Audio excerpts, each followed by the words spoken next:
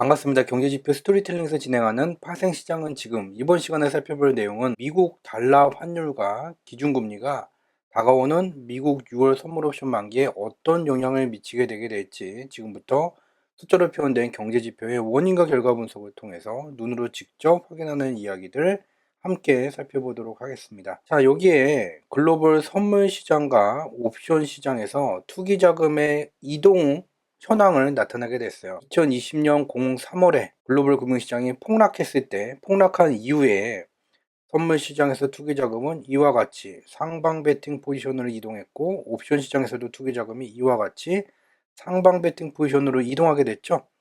현재 글로벌 옵션 시장에서 투기 자금의 흐름 모양을 보게 되면 이때와 동일한 모습을 갖추고 있는 것을 확인해 볼 수 있죠. 지우고선 선물 시장을 보게 되면 2020년 3월의 폭락 이후에 선물 시장에서 투기 자금은 이와 같이 직전 저점을 깨고 미달러가 더욱더 내려왔는데 현재 보게 되면 이 직전 저점대를 아직 깨지 못하고 내려오고 있지 못하는 모습을 보여주고 있죠. 왜?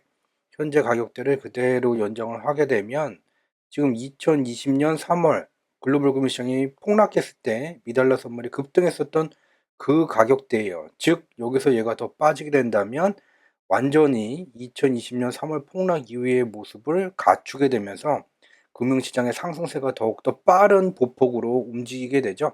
빨리 가기 전에 잠시 쉬어가고 있는 중이구나 라는 것을 우리는 눈으로 직접 확인해 볼 수 있는데, 문제는 2021년 12월서부터 미달러 환율 또는 미달러 선물이 이와 같이 횡보를 나타내고는 있는데, 현재 미달러 가치의 수준이 선물 시장의 주요 상품들을 보게 되면 미달러 선물이 5월서부터 다시 반등을 만들자 미달러의 단위로 가치가 측정되는 브렌트 선물 하락하고 WTI 선물 하락하고 구리 선물 하락하고 은 선물도 모두 하락하죠. 즉 얘가 말하는 게 현재 미달러 선물의 이 위치가 매우 과도한 수준이기 때문에 미달러의 단위로 가치가 측정되는 주요한 상품들이 이와 같이 다 하락하는 것이다. 즉 현재 2022년 6월에 미달러 선물의 위치, 미달러 환율의 위치는 매우 과도한 수준이다. 내려올 수뿐이 없다라는 것을 얘가 말해주는 거죠. 좀 더 구체적으로 살펴보게 되면 이 미달러 환율과 관련돼서 저희가 공개방송에서 공유를 해왔던 것이 2022년 4월 25일 날서부터였어요. 이 당시에 글로벌 금융시장은 폭락 중이었었죠. 2022년 4월 25일 공개방송 제목이 미국 채권금리 상승은 금융시장 약세 조건이 아니다. 언론에서는 당시에 2022년 초에 글로벌 금융시장이 폭락하는 게 채권금리가 상승하기 때문이다라는 걸 계속 주장을 했죠. 근데 그것이 아니라는 것을 우리는 눈으로 직접 살펴봤죠. 여기가 이제 미국의 주식시장이에요. 그리고 여기 파란 선이 미국의 채권금리죠. 자, 주식은 우리가 위험자산이라고 말하죠. 안전자산에는 채권이 들어가요. 자, 그러면 우리가 매우 상식적으로 알고 있는 거 다시 표기를 해봅시다. 주식시장이 올라가요. 그러면은 채권 가격이 내려가죠. 그러면 채권이라는 것은 돈을 주고 사게 되면 보유하는 기간 동안 이자를 줘요. 그걸 다른 말로 채권 금리라고 말해요. 가격이 내려가면 사겠다는 사람이 없으니까 이자를 더 쳐줘야 되겠죠. 반대로 주식이 내려가요. 그러면은 안전자산이 올라갔겠죠. 채권 가격이 올라갔겠죠. 그럼 채권 금리는 어떻게 됩니까? 사겠다는 사람이 많으니까 금리를 줄 필요가 없죠. 자, 여기서 화살표 그대로 갑니다. 주식시장하고 채권금리, 주식시장하고 채권금리, 화살표 방향이 같죠? 즉 주식시장이 상승하면 채권금리 상승해요. 주식시장이 상승하면 채권금리가 상승해요. 주식시장이 상승하면 채권금리가 상승해요. 계속해서 반복되어 왔었던 당연한 것을 갖다가 2022년 초에 주식시장이 폭락하는 이유가 채권금리가 급등하기 때문이다. 왜냐? 이 시기에 미달러 가치가 매우 과도한 수준까지 상승했기 때문에 미달러의 단위로 가치가 측정되는 주식시장도 폭락, 채권 가격도 함께 폭락됐기 때문이죠. 그래서 이것이 원인이 아니다. 그래서 당시에 금융시장이 폭락하는 이유는 이와 같이 미달러 선물 또는 미달러 환율이 물가가 고물가를 나타내는데 어떻게 돈의 가치가 떨어져야 되는데 돈의 가치가 더 강세를 나타내게 되느냐. 문제는 여기 있다. 금융시장 폭락은 미달러 가치의 과도한 상승 때문에 있다라는 것을 공유를 했죠. 그 뒤에 공개방송 2022년 5월 11일에 누가 시장에 뱀을 풀었을까라는 제목으로 공개방송을 진행을 하게 됐고, 여기에 이제 파란 선으로 나타내는 게 미국의 물가예요. 빨간색 선으로 나타나는 건 미국의 달러죠. 이 달러의 규모가 이전보다 많아지게 되면 돈의 가치가 떨어지게 되겠죠. 돈의 가치가 떨어지게 되면 물건 가격은 올라가요. 반대로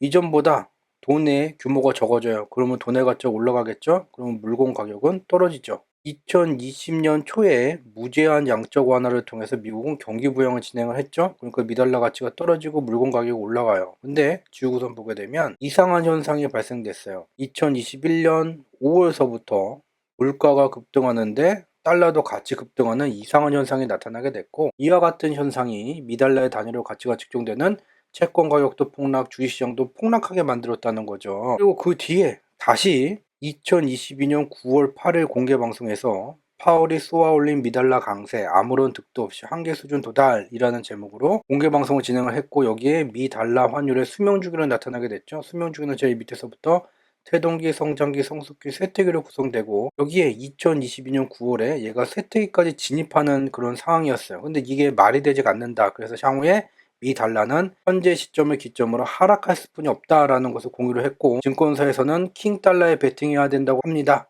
말이 되지가 않습니다. 라고 많은 분들이 편견을 갖고 계셨었죠. 그렇지만 우리가 여기서 확인할 수 있는 것은, 실물 경제는 A에서 B로의 물물 교환 활동을 통해서 부가가치를 만들어요. 근데 각기 다른 상품을 교환하기 위해선 물물 교환의 매개체 미달러가 필요하게 되죠. 그래서 물물 교환이 잘 진행이 되지가 않아요. 이렇게 되면 사람들은 물물 교환의 매개체에 대한 수요가 증가되게 돼요. 그림으로 보게 되면 실업률이 증가되어 실물 경제에서 물물 교환이 잘 안 돼요. 그러면 미달러가 상승하죠. 실물 경제에서 물물 교환이 잘 안 되면서 실업률이 상승해요.